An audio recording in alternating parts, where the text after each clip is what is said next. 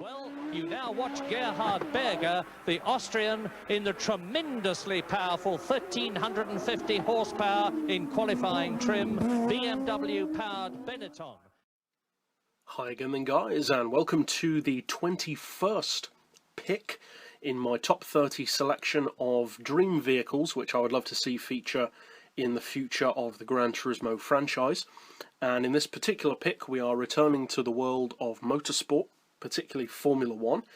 And funnily enough, even though I'm not a huge fan of Formula 1 in general, there are a couple of Formula 1 cars in my top 30 list.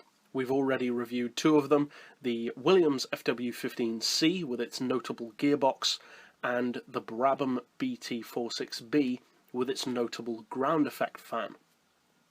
This vehicle, though, is of the three Formula 1 cars that I would like to see on the game, probably the best known, and possibly the most historically significant Formula 1 car, not just of my selection, but possibly of all time. Because although it's not necessarily the most technically advanced, this particular Formula 1 car is quite simply the most powerful Formula 1 car ever made. It's called the Benetton B186. It was made for the 1986 Formula 1 Grand Prix, and although it wasn't an overly successful car, it had one third place finish, one victory, and set 3 fastest laps, so not an amazing run overall, but certainly not bad either. It is quite simply the most powerful F1 car. Now it's powered by a 91.5 cubic inch or 1.5 litre BMW straight 4 turbo engine. So it's a pretty tiny engine, but that was fairly mainstream back then for Formula 1 cars. Small engines, huge turbos. And it produced 900 horsepower in race trim. Now that doesn't sound like much, but it's the qualifying trim which I would like to see featured on the game. In a similar way to vehicles like the Nissan R92CP, this car produces far more power, or more specifically is allowed to produce far more power for qualifying than it is for the actual race. And like the R92CP, this is, as I mentioned, the most powerful car in its class. In qualifying trim, the B186 puts out in excess of 1,350 horsepower. Some say even over 1,400.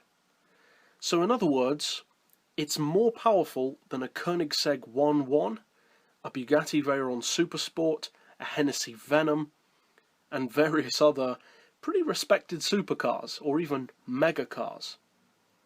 It's more powerful than any Le Mans car, ever. And that's from a 1.5 litre engine, so something that is smaller than a VTEC Civic. It weighs in at 548 kilos, which is around average for a Formula 1, not particularly amazing, but not bad either. And it has a 6-speed manual gearbox. Now, as I said, the car only had one victory, and that was in the Mexican Grand Prix, and its reliability was an issue. There are a number of retirements throughout the 86 season, which is unfortunate, but thankfully on GranTurismo, reliability and loss of life is irrelevant. You can drive as fast as you want, the car never breaks, and you can never die. So on GranTurismo, specifically GranTurismo Sport or GranTurismo 7, this could be a phenomenal weapon to have in your garage. Now, as far as how it would fit into the game, it would fit in a lot better if my other two Formula 1 choices were also featured, because the Williams FW15C and the Brabham BT46B are both also incredibly competitive machines that use different from the norm technology. Currently on the game, of course, as I've mentioned before in this series, we don't have a strong selection of Formula 1 cars to go for. If you tabulate the entire GranTurismo series Formula 1 offerings, there are less than 10 of them.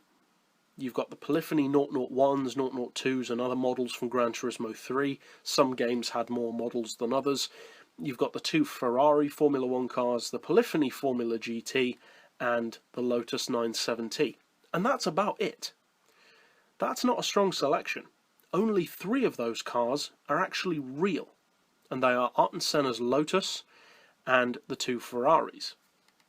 These 3 vehicles would literally double the amount of real Formula 1 Grand Prix cars that we have on GranTurismo. But they are incredible Grand Prix cars. This one, possibly most notably of the 3. Now, around corners, the Benetton would lose to the Brabham. There's no doubt about that. The Brabham is built for cornering. The fan system makes it almost unbeatable in that regard.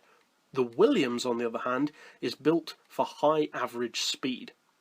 And that is endowed from its gearbox, which, as I mentioned in that episode, allows it to seamlessly accelerate and decelerate without losing time through gear changes.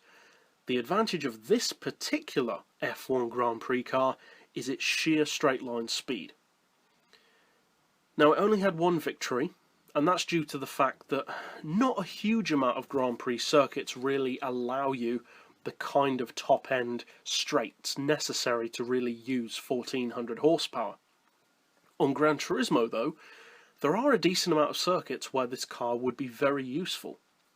Not just real circuits, but made-up ones as well, such as Grand Valley, where this could potentially be an incredibly quick race car. The real circuits as well, though, tracks which this car has not necessarily ever raced on, or even driven on, such as the Le Mans. Imagine a 1400 horsepower Formula 1 car taking on the straights of the Le Mans. That can be incredible. This car also set a top speed record at Monza in that 86 season of 218 miles per hour. That doesn't sound like a huge amount on GranTurismo, but you have to bear in mind that's real life, that's with downforce, and that's on Monza. Monza doesn't even have anywhere near the longest of straights of real racing circuits.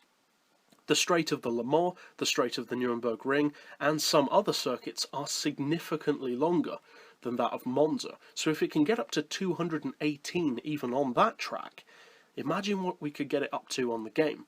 Now, based on the closest thing that we have to this car, which is Senna's 97T, that car is capable, with an oil change, of producing around 1050 horsepower, and that allows it with low downforce and very carefully set up gears to achieve around 260 miles per hour or just over under its own power. So it's not as quick as the Polyphony FGT, which can do close to 290, but it's certainly not bad. This car has around 400 horsepower more than that. So imagine the kind of top speed that it could do. Surely, with a 6-speed gearbox instead of Senna's 5-speed, and with so much more power, we should, if the physics stay true to the current Lotus physics that are on the game, easily get this car over 280, if not over 290. So for straight line performance, it would, I would say, fairly certainly be the quickest Formula 1 car in the game. Not necessarily for pure top speed, although it's got a good chance of being, but definitely for acceleration, especially mid-range.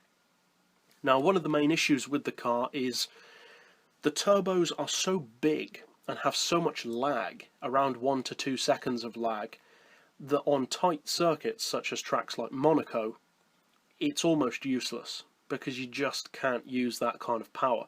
According to some of the people who drove the car, in order to actually use all that power effectively, you would actually have to put your foot down while you are still in the corner, so that by the time you have exited the corner, the power would actually kick in. So some serious turbo lag.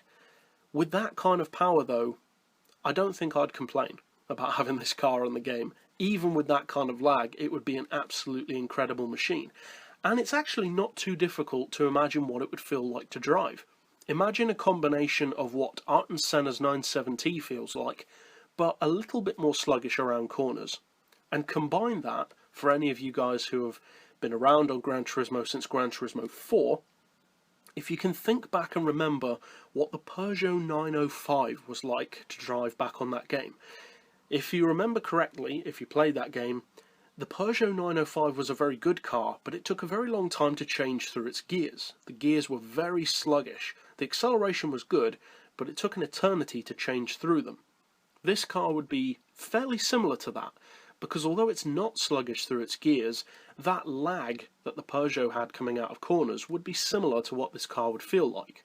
Now, speaking of gears, this car, as you'll have seen from the footage in this video of the car actually driving, this car absolutely flies through its gears, because the gears aren't overly long, they don't need to be for most circuits, and the sheer power and torque of that engine means that it gets through its gearbox basically like a Pikes Peak rally car. It's insanely quick.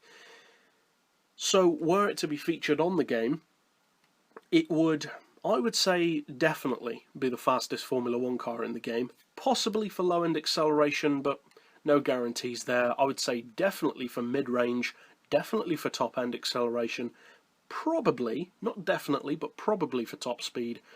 And in terms of PP, well, who knows? It should be incredibly high if we were to get the car in qualifying form, which is how I would want it on the game, not in the 900 horsepower race form. As far as PP and price, well, as I just said, it would definitely be in excess of Senna's Lotus. For price, I would like to see it cost at least 3 million. That's the price of the Lotus 970, and that's an appropriate price for this car, if not more, maybe 3.5 or even 4 million. But anywhere around that kind of region would be appropriate enough, considering that at the end of the day, this is the most powerful Formula 1 car of all time. So even though it's not necessarily among the most successful, it's still one of the most historically significant.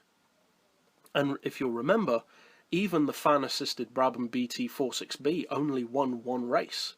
So this car only winning one race isn't that bad a deal. At least it did more races than the Brabham ever got to. So overall, I would love to see this car feature on the game, and although I'm not necessarily a huge fan of the car overall, what I am a huge fan of is that kind of power, and that kind of absolutely insane power-to-weight ratio, which, if you think about it, actually puts it on par with the Red Bulls. That's pretty insane. And to top it all off, the B186 was Benetton's first car. What a way to start your Grand Prix career. But overall, that is it for this particular pick of car, which I would love to see on a future Gran Turismo game. If you are new to this series, of course, feel free to slap down below in the comments what kind of cars, maybe types of cars, or specific cars you would love to see on a future Gran Turismo game. And here's a question for some of you other guys who have watched all of these videos in the series, or the majority of them. We've discussed Gran Turismo Sport before in this series, but here's a thought. As the game is more to do with motorsport than the normal Gran Turismo games are, do you think we may be getting more Formula 1 cars?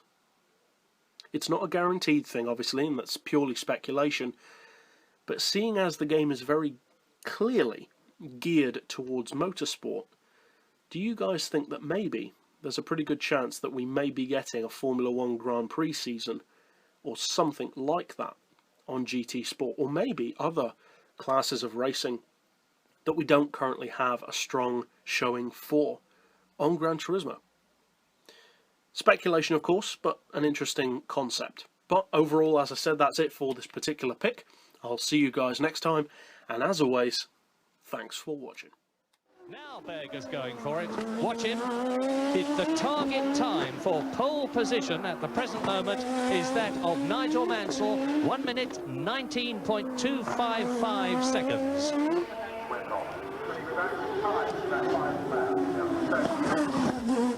Yeah, Berger is definitely on a quick one now. He's already improved his time dramatically, making himself up into 5th place with a 1:20.5.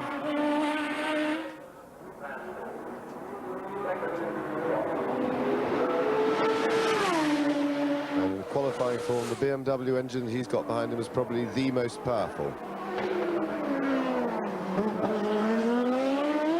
See a little bit of fluid just spilling out of the breather there.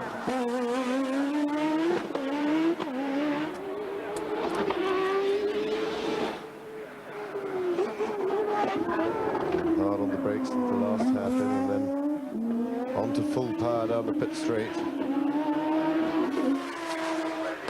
And that was just a little bit slower than his first lap this afternoon.